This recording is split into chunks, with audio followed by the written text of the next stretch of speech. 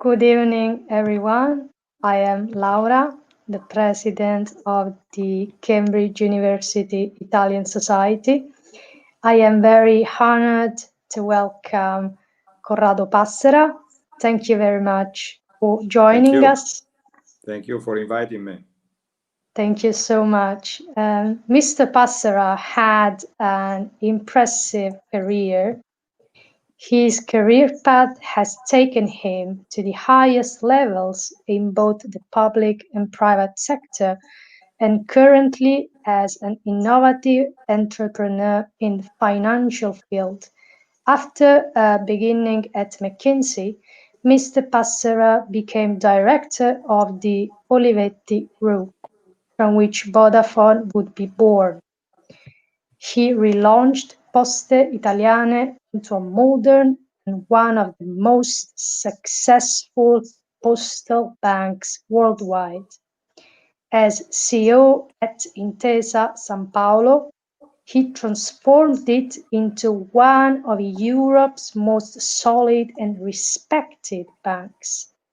In the difficult post-financial crisis years in 2011, he was asked to serve in the cabinet as Minister of Economic Development, Infrastructure and Transport. In 2019, Mr. Passera founded a bank, Illimity, fit for the modern digital age, which he now runs from Milano with a large international investor basis. With regard to the Cambridge University Italian Society, it was founded in 1946 by Scottish poet and resistance fighter Henderson. He was instrumental in creating the first Edinburgh People's Festival, what is now the Festival Fringe. He also translated into English Antonio Gramsci's Prison Letters. The Cambridge University Italian Society is a student-run society that promotes Italian culture in Cambridge. Our aim is to create a platform for exchange between different cultures, with the purpose of allowing people from all over the world to get to know Italy, its reality, traditions, and culture a bit better. We are committed to creating a friendly, welcoming environment where Italians and non-Italians alike can feel at home. Please, you are very welcome to post your questions. I will read them out. So, Mr. Passera, first of all, let's talk about Illimity, the high-tech banking group that you founded in 2019. Could you explain its mission and values? First of all, thanks once again for inviting me. It's a big honor, and I'm ready to take all the questions that you might be interested in asking me. Oh, we created Illimity because, and we created it from scratch because the banking scenario is totally being reshaped by four major forces. Digital technologies, there are new entrants from of any kind, the new regulations, the monetary policies, all these factors are really reshaping the scenario, and there will be winners and losers.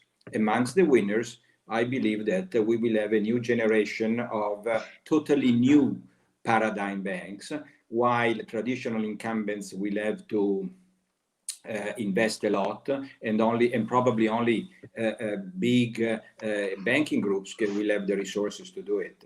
A number of fintechs and a number of new banks will not reach the scale and will become commodities. Certainly, big techs will occupy larger and larger shares of all banking services based on data. So I expect, and that was the reason of my entrepreneurial decision, that new paradigm banks will be successful. But what is a new paradigm bank? A new paradigm bank is a bank with totally new business model, and it has to be sustainable. the strategy has to be sustainable. What do I mean by total new paradigm business model? It has to be with no legacy, and in our case is with no legacy, fully digital, fully in cloud, because that gives a lot of flexibility without losing human touch, fully modular, because you have to integrate fintechs continuously. You have to be data centric. You have to have sustainable cost advantages. And that makes the business model a new paradigm one. In terms of strategies, we are very committed to 3 very specific segments that are underserviced by other banks. We work closely with entrepreneurs who are engaged in ambitious development projects or in turnaround projects. So SMEs, ambitious SMEs, let's say. We invest in service corporate distress credit. That's another area where there is a lot of hidden values to be created, and we provide both families and businesses the most advanced digital service in the banking world. 18 months ago, we were a little bit more than a PowerPoint. Today, we are 600 professionals coming from 192 different companies of 16 different industries. We have a balance sheet of about 3 billion. In the first year, this 2020 is our first full year of activity. We will have a net profit of 30 million. That means 5% ROE, return on equity. That is not that bad for a startup. And we have already created the largest open banking platform in our country. So we are quite proud of what we have done. And if you let me use an Italian word, an Italian sentence, we are proud because facciamo utili e siamo utili. Utili in Italian is the same word to say profit and to say useful. So at the same time, we make profit, we make utili in Italian, and we are utili. We think we are useful to our system because supporting SMEs is a crucial role in the country. Thank you very much.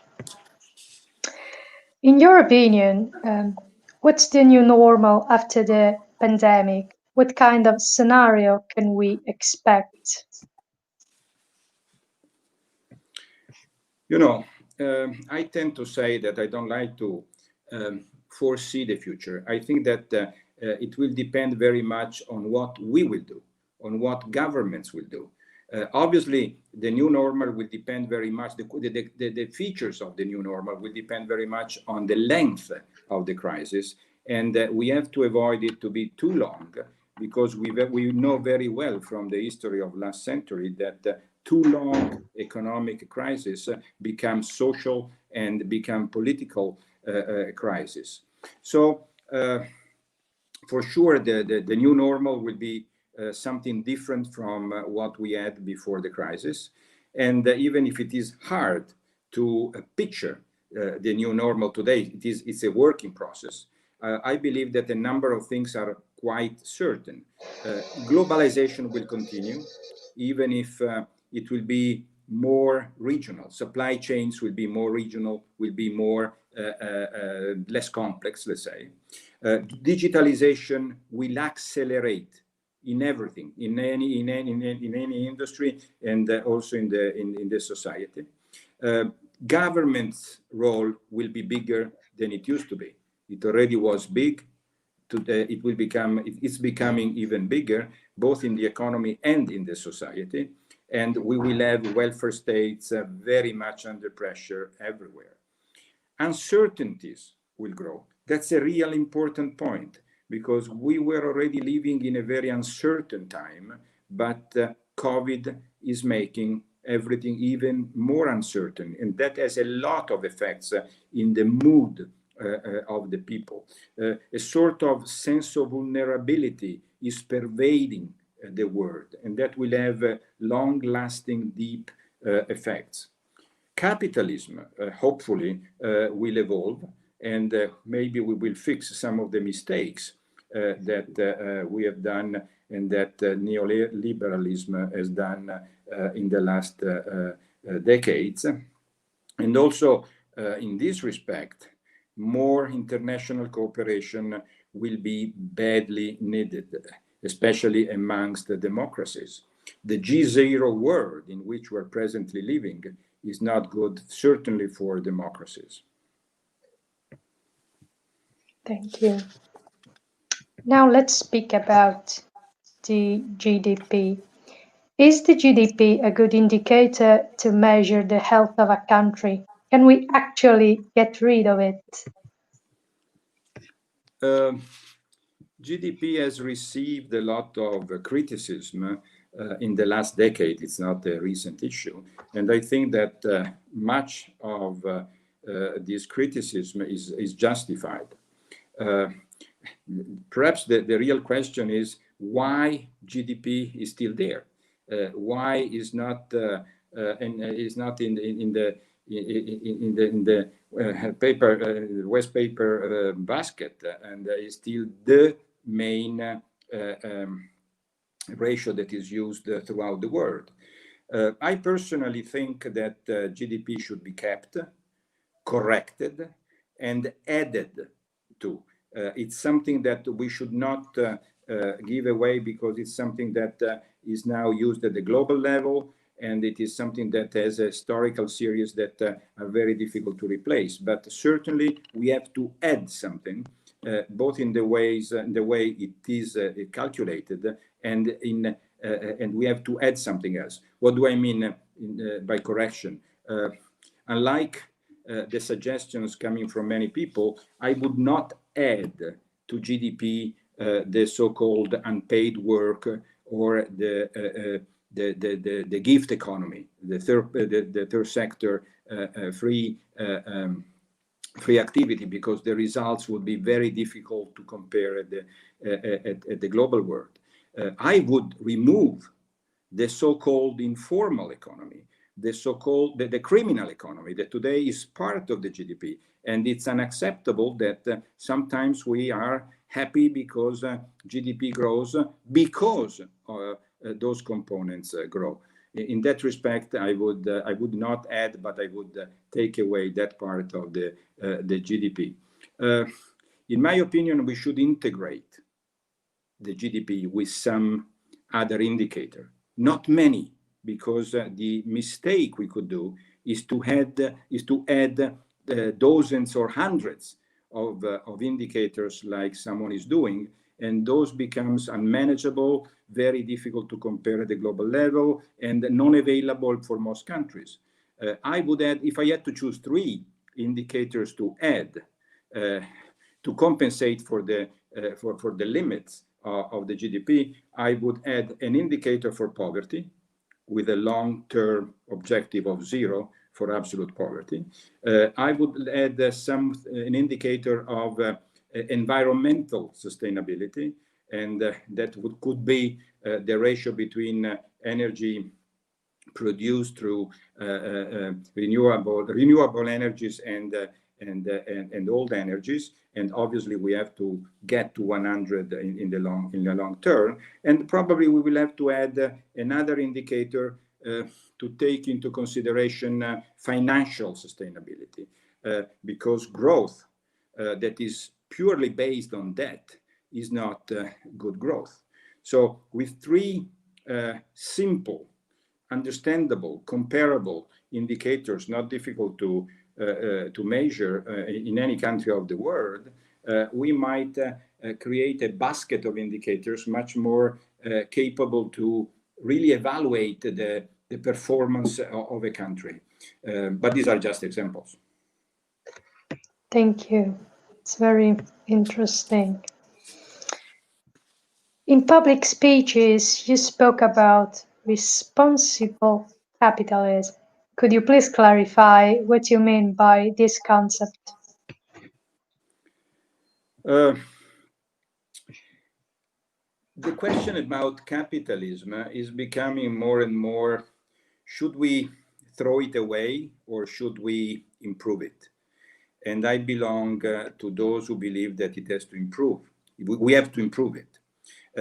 First of all, what do we mean by capitalism? If we mean the economic system that promotes free enterprise, free market, defend private property, and make sure that rules are the same for everybody, I believe that capitalism is something that has to be reinforced, corrected, but certainly not confined to the waste paper basket, as we were saying before, for the GDP. There are many different kinds of capitalism, and in Western economies, we have seen many different kinds. Unfortunately, in the last decades, the so-called neoliberalism, turbo finance kind of capitalism has prevailed against other forms of much more wise capitalism. And that was at the base of, for example, the 2008-2009 crisis that probably convinced a number of people that some of the dogmas of neoliberalism are probably wrong, even if the notion that the market is always right and that can self-regulate itself is very, very resilient. We have to develop our capitalism in line with what you were saying. Our capitalism has to become more responsible. And what do I mean by responsible capitalism? It's a capitalism that is not solely about profits for shareholders. That's a very important point and a very important component, because free enterprises need profit, but is aware, is also responsible for the overall impact that the business has on the community and on the environment. So we are talking about a more socially responsible capitalism. So with the responsibility at least to help reducing the inequalities that we are having today. It has to be a more environmentally responsible capitalism and avoid the foolish consumption of natural resources that today is often the case. It has to be financially more responsible, and has to do with that. We mentioned that before. We need rules that reward and that goes against behaviors that are not in line with these three objectives. And actually, some of the rules are already there. What is often lacking is the courage to apply them. 3 examples. Take, for example, the antitrust laws that were designed to prevent dangerous concentration of power, to avoid the situation where the winner takes all. These rules have not been applied, and today, especially in the tech environment, we have a concentration of power that is against common sense. Take the privacy laws. The application of such laws, but real application of such laws, would prevent the pervasive presence of some technology players, not only in the economy, but also in the societies we are living in. Take, for example, legal havens that are even worse than fiscal havens. We could use rules that we have to cancel them, not to let them be used by criminality. So before changing things, before adding things, let's use the rules that are already available to at least reduce the aberrations, the extreme manifestation of the wrong capitalism. The last point about responsible capitalism has to do with the cultural challenge that we have, because if we really want to go a step ahead, we should accept the point that the common good does not come from simply the conflict of interest, from simply the pursuing of each of us our own personal interest that in a miraculous way would create the common good. That was a misinterpretation of Adam Smith's philosophy.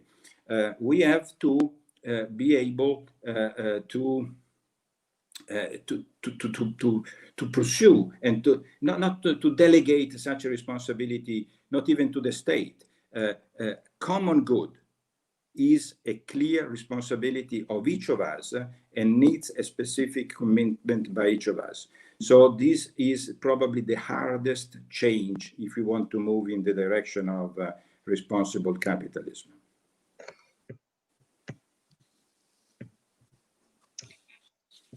Now, next question. Let's speak about Europe. How can economies in Europe recover from the crisis caused by the pandemic? What would your general recipe for the economic recovery be? That's a big question, but we have some good piece of news in that respect. With some initial delays, for sure, but the EU response at the end has been, in terms of solidarity, quite effective. And if we put together all the sums made available through the Recovery Fund, the EMS, the SURE programs, we can even say that the total amounts have exceeded expectations. Now it is in the hands of each country to make the most out of the money that is being given to them. But that's the easy part, because today we have, in my opinion, we have to move one level up. We have to shift gear, let's say. We have to move from solidarity, that is important, but is a limited commitment, to common interest. And common interest today is sustained and sustainable growth. We need a new phase of sustainable and sustained growth, and because without such growth, all Europeans, not only the weaker countries, all Europeans would lose the level of well-being that we have accumulated, the right the generations have worked to create. And without a strong period of growth in a world that has been reduced to G0, Europe would inevitably be a sort of clay pot among iron pots. So we are really running a very big risk if we don't trigger a new phase of growth. Today we have an instrument that was not available until a few months ago, the Eurobonds. So we have to launch a phase of courageous, ambitious federal investments. What do I mean by federal investments? I mean investments that are selected, managed, and financed at the European level. I'm not talking anymore about money that has to be given to the different countries and the different countries try to do what they can. No, I'm talking about those investments that US does, China does, at the continental level, at the overall level, to foster growth in a structural way. And I'm talking about several trillions of euros. We have to move from hundreds of billions to trillions, because we are almost a 20 trillion economy. And if you don't push, you don't move, you don't change the speed of such an economy, if you don't invest 4-5 trillion euros. Obviously, they have to be investments that foster growth. So I'm talking about, for example, infrastructure, both physical and digital infrastructures. I'm talking about the completion of the single markets that remain unfinished, like, for example, transport, finance. I'm talking about energy transition. I'm talking about the creation of European leaders that can, let's say, avoid the situation in which we find ourselves today in most strategic industries. Take tech, take investment banking, take semiconductor. Today, in the big techs, the big techs are US and Chinese companies. No one from Europe. Investment banks, the same. So we have the possibility. We have already prove that we can create global leaders. Take Airbus. That is a good example of the kind of companies we can create at the European level that can become global leaders. We have only together we can launch a certain research project. And together we have to invent in terms also of education, of training, something that will create the new world of work that is around the corner. So these trillions are necessary, can be financed, have to be managed at the European level, with in mind something that is more than economic, because I see around the corner a clash of civilization, not just of economy. The power game amongst the big powers will not be only on the economic arena, will not be only in the military arena, will be also in the cultural, social arena. And Europe has all the cultural instruments to create a combination of social and economic models much more sustainable, much more rich and strong than the rest of the world. But we have to invest to do it together, because most of the risk, most of the problems, most of the objectives we have in mind can be only achieved if we are a real union. You mentioned the recovery fund. Now I have a question about Italy. How would you use the recovery fund? What would your advice be for the Italian government? But the use of the recovery fund has to be part of a ambitious overall projects to foster growth, for sure, to manage and to solve the social malaise that is growing, and a plan that tackles the main structural weaknesses of the country. In these cases, the risk is the one of making a sort of shopping list, 100 things to do. So if we have to try to concentrate, I would say there are three projects, three programs that can be immediately launched and that can immediately have an important impact both on the economy and the society. The first has to do with the energy of the Italian companies. We have to unleash that energy. We have to launch a very courageous, structural, long-term program to reward fiscally those companies that invest in innovation, that hire people, that increase their equity, that growth through aggregation. So employment, jobs, that is the priority number one, can come basically from companies, and we have to support those companies that have a virtuous behavior from those four points of view. Second, for sure, and the money is available and the priorities are clear, we have to work on the modernization of our infrastructure endowment, both new infrastructures and the innovation, the refurbishing of the old ones. I'm talking about physical infrastructures, I'm talking about digital infrastructures, I'm talking about energy infrastructures, I'm talking also about social infrastructure. And as to social infrastructure, the priority of the priorities is certainly the healthcare system. That is a good one, today very much under pressure, where we need investments, we need to strengthen our systems, but where there is a whole world of industries around them that can further foster growth. So these three programs on the one side, things that can be launched immediately, and on the other side, we have to carefully and pragmatically design for reforms that are at the basis of our future.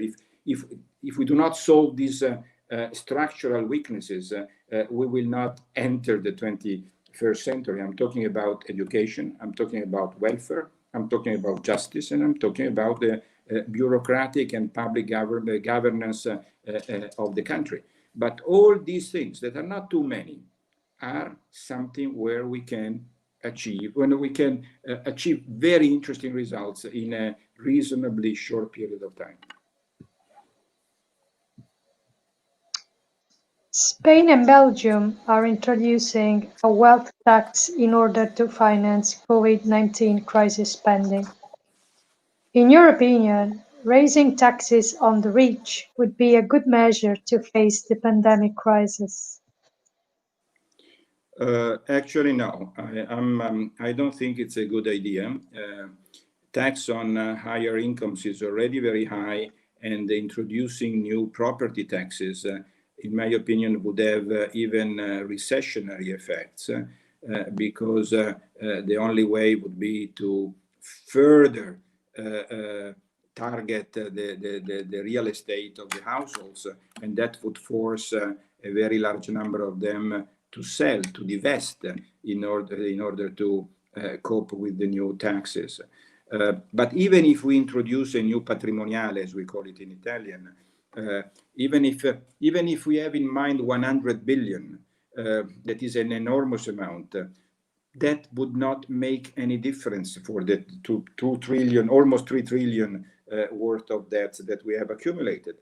The problem is that we have to foster a new phase of growth if we want to cope and manage such a debt. And a tax like that one, or a new patrimoniale, would have the opposite effect.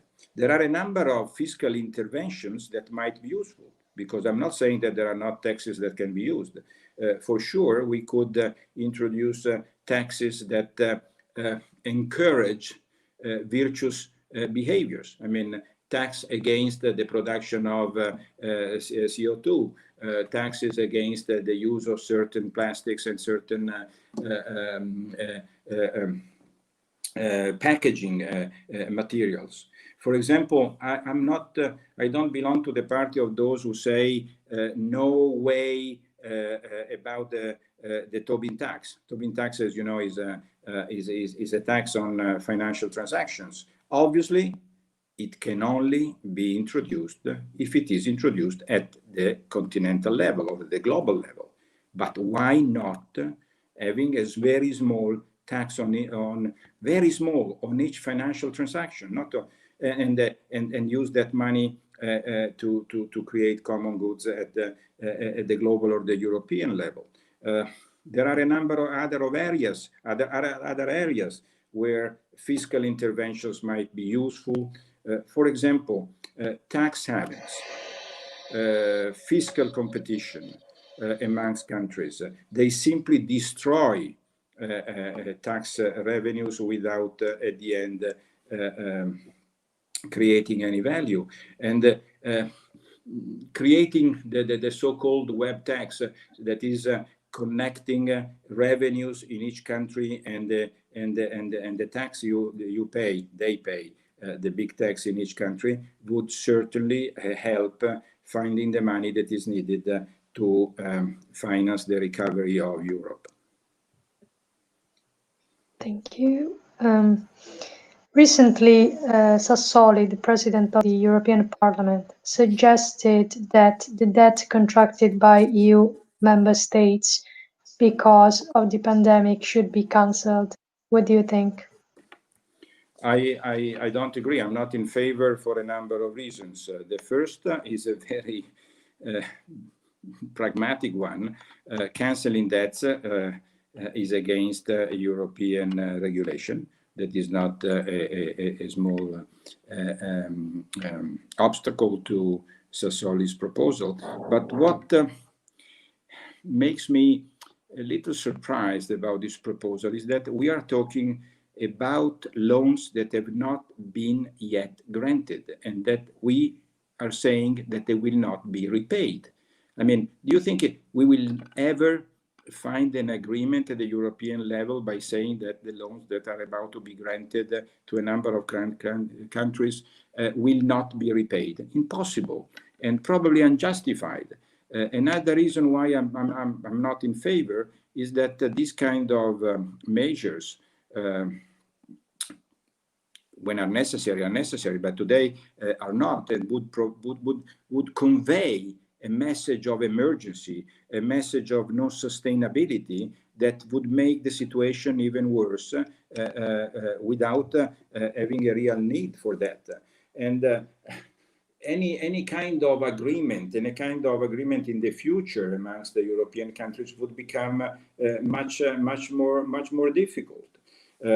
Let's look, and let's not forget, let's not avoid our responsibility.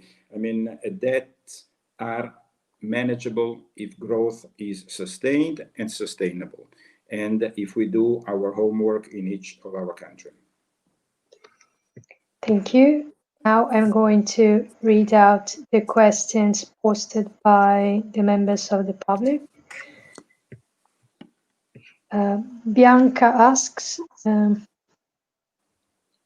I wanted to ask you what you thought would be the adequate policy responses to address the issue of the acquisitions of many important and strategic Italian firms. It's forecasted that the pandemic will further strengthen this trend. What do you think of the state of the political and mediatic discourse on this issue? Thank you.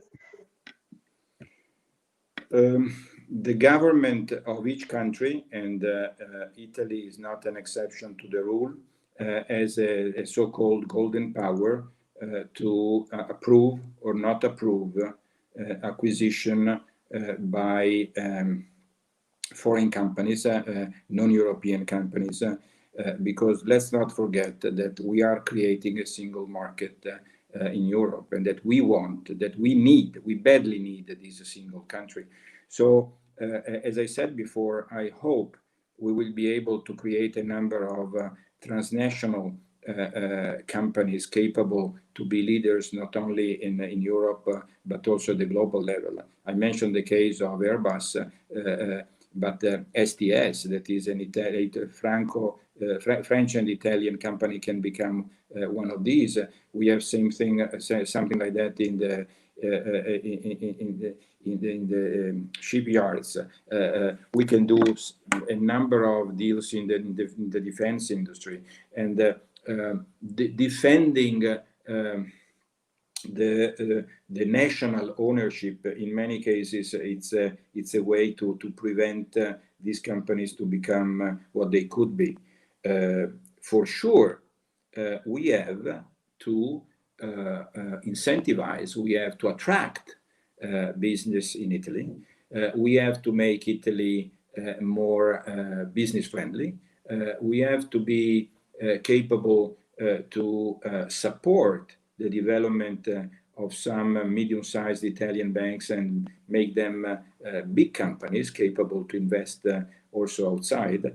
And let's not forget that for many years, in many cases, the amount of foreign direct investments made by Italian companies is not that different from the foreign direct investment made in Italy by non-Italian companies. For sure, in a number of big industries, we have not built strong enough leading companies capable to be the leading player in these aggregation processes. But is not by preventing the right aggregation that we solve the problem. And in any case, as I said, when a strategic interest of the country is on the table, the government has the golden power to block it. Thank you. A question by Antonella. How much has the digital industry changed since your time as a minister? Supporting startups is not the same as it used to be 10 years ago. What steps should we take to put Italy higher in the ranking of digital startup and in the digital economy in general? Two answers. When I had the startup law approved by the parliament when I was minister, we approved a law that in any respect was one of the most friendly and innovative in the world. And the people I asked to work on this law really took the best out of the best international experiences. Thanks to that law, we now have 11,000 so-called innovative startups with more than 50,000 employees. And so certainly that process has been triggered.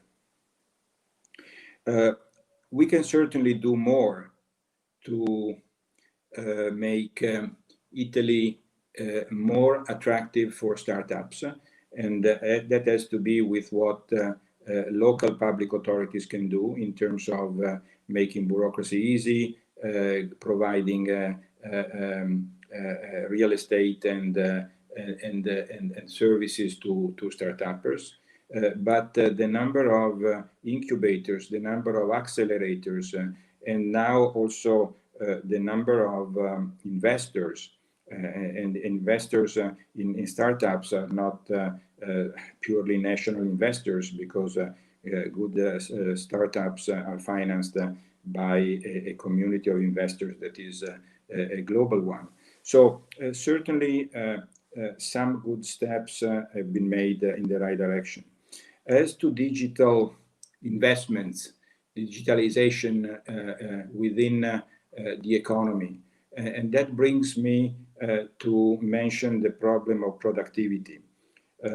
Italy has an overall productivity that is very low, but this productivity has to be well analyzed, because if you take manufacturing, for example, overall, we are not talking about a productivity that is very far from the average productivity of the manufacturing industry sectors in other countries. But then if you split further the manufacturing industry and you take large companies, mid-sized companies, and small companies, you see that in large companies and mid-sized companies are very much competitive in terms of productivity with their competitors outside of Italy. We still have a very large number of very small companies that do not have the size to invest in innovation and then also in digitalization, in cloud computing, etc. So we have to solve the problem at the very basis of it. So we have to, as I said before, facilitate and reward fiscally companies that aggregate, that merge, that buy other companies, and that reach the size where digitalization and innovation becomes feasible. Where the productivity goes very much low is in the public sector, and there we need very specific and courageous effort, because the overall productivity is really taken back and kept down by the very low productivity of the public sector, where again we have very good examples, but the vast majority is still below the acceptability. Thank you. One of today's major topics is the crisis of the elite. The crisis I am talking about is either political or economic. It can be summarized in lack of knowledge, lack of merit, lack of duty to serve. COVID crisis highlighted this weakness even more, showing a substantial gap in terms of leadership. How can we react? Is there any possibility to build again an economic boom for Italy? Again, two questions. One, the first one that it comes to my mind immediately is the ruling class, the elite, is ourselves. we have to take the responsibility of creating such an elite. It's not something outside, it's not something different, it's not something external to our responsibilities. And so we must not look at them. We have to take the responsibility directly, and each of us in our own activities play a leadership role that in many cases it's missing. I was lucky enough in some of my previous experiences to have the evidence of the incredible potential that is hidden in the Italian economy and the Italian society.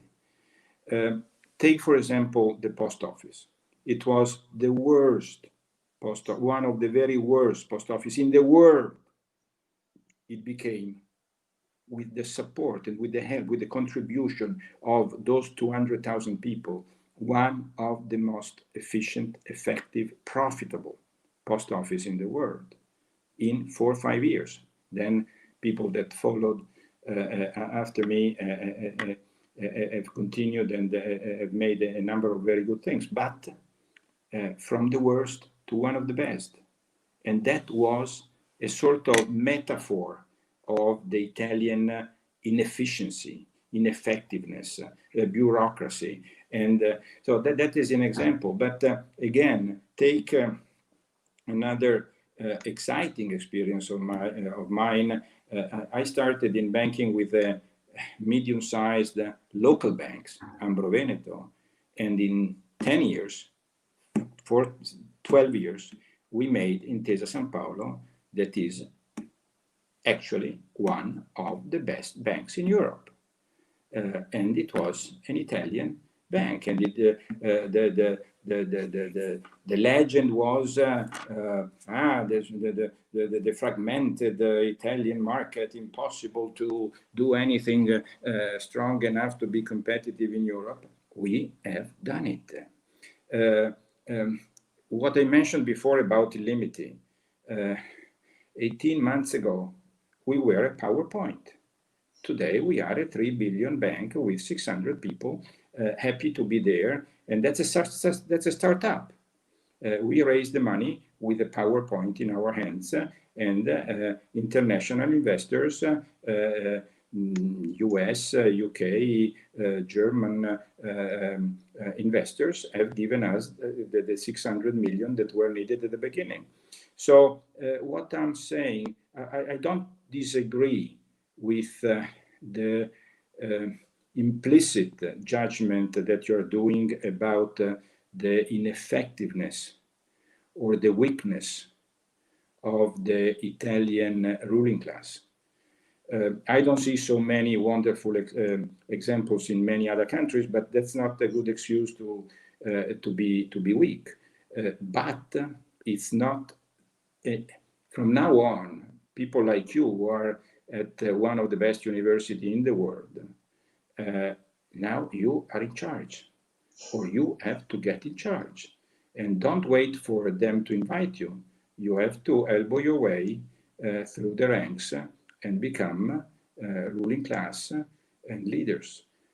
Leaders today are women and men with very specific characteristics, because it's not enough to be good at your job. It's not only a matter of competence, even if competence is basic.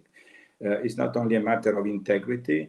It's not only a matter of internationalization. Now, the leaders that we need are men and women who are very innovative, very creative, very courageous, because change has a lot of enemies. People that can put together diversities, both in terms of disciplines, in terms of attitudes, in terms of backgrounds, in terms of gender, in terms of ages. And so this precious skill that is the basic one of a leader today, putting together diversities and creating creativity and manage change. can only come from very deep, very profound studies and training like the one that you're doing today. Thank you. Next question. After the pandemic, will the monetary politics of EU change? Indeed, we are moving from a concept of money based on debt printed by a central bank to virtual money generated with a click on keyboard, and how Italy is placed in this competitive scenario, not being able to print money anymore and not having the hardware and cryptography technology to generate the new currency. I must say that I don't love cryptocurrencies. That has nothing to do with digital currencies that are obviously a development, a technological development that will be used also by euros, dollars, yen, so real currencies. I'm really a bit worried about cryptocurrencies, and that I don't believe they will be the solution of our debt problem. The solution to our debt problem, as I said before, is growth. Growth comes from investments. Investments need debts at the beginning, and luckily enough, we have the possibility to do it both at the national and at the European level. And what you're saying that we cannot print money, actually what we are granting through the European Central Bank to a number of countries is something that is very similar to that, because if the European Central Bank buys government bonds, that is something very similar to printing money. Obviously, we have to take this process under control. But for sure, in such a recessionary scenario like the present one, we cannot stop having a very loose monetary policy, because if we don't, the social risk is very high. But we can certainly manage this level of risk, this manage of debt, sorry, if we make the investments I mentioned before, both at the national level and at the European level, to foster growth. Obviously, that cannot and should not be used simply to cover operating costs, but that is the right way to finance investments. And I mentioned infrastructures, I mentioned education, I mentioned research, and I mentioned all those measures that can help companies to grow, to hire, and in a period like this one, to survive in certain cases. How would you describe your experience in the Monti's government? What is your balance there? Would you go back to politics? My experience in the Monti government has been an exciting one. It was an evidence for me that things can be done in a short period of time. We not only saved the Italian sovereignty by preventing the Troika to take control of the country when the country was really going to the docks. And that was done with a number of measures that were not easy, but that have been supported by the whole parliament. But apart from the emergency phase at the beginning of the government, we, and I personally, experienced the possibility to introduce in a very limited number of, very short period of time, a number of laws that have changed the face of many industries. The liberalization of credit, for example, of banking. I mean, for the first time, the banking world, the lending world was open to non-banking players. We liberalized the gas industry with enormous effect in terms of investments, in terms of players. If today Italy can play an important role also in the hydrogen, is because Snam was separated by Eni. The startup law, the new energy strategy, 50 billion worth of infrastructure projects that were unblocked and financed. And our government lasted a little bit more than 1 year. So, summary of the summary, as I say in Italian, is the evidence that si può, that it is possible to achieve significant results also in a short period of time, like was the post office, like was the bank, like was at Olivetti. Olivetti was a situation of bankruptcy, and we created Omnitel that became Vodafone afterwards, and we created probably the largest startup ever in the country, with an enormous creation of wealth, of capital gain. So even the experience in politics, that for me was a unique phase of my life, because I've always been in the industrial and the financial world. But I'm happy that I said yes, even if it has been quite a difficult decision to leave a job that I loved very much, and that was much more comfortable than being a minister. But I have a very positive record of that experience.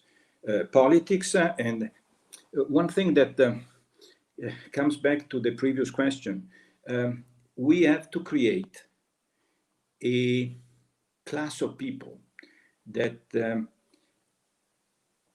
have experiences both in the private and in the public world, because none of them has the monopoly of virtue, and they have to learn how to work together, because most of the big things that have to be done in our country, at the European level, at the global level, are things that only partnership between the public world and the private world, and the private non-profit world, that is a sub-segment of the private world, can achieve. So maybe I made it too long, but it's a crucial question, the one you made. Thank you very much, Mr. Passera. I don't see any other questions. I think we can conclude our interview, and our public was surely happy with your answers. I'm happy with them as well. It has been a great pleasure and a great honor. Thank you very much again for accepting our invitation.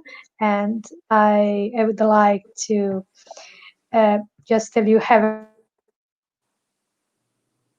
a good evening, and maybe we will meet in Cambridge once the pandemic is over. For sure. The pleasure and the honor was mine. And keep in mind that you are the new leadership class that we need.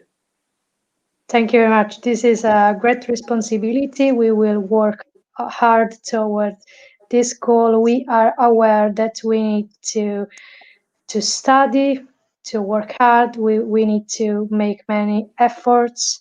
So preparation is the first thing, because I mean we see many people who are in charge who actually didn't work hard, didn't study hard to achieve certain goals, and then we see the results, because the policies they introduce are not good policies, as those, for example, you mentioned during the Monti's government. So thank you very much again. Thank you. Bye. Thank you. Goodbye.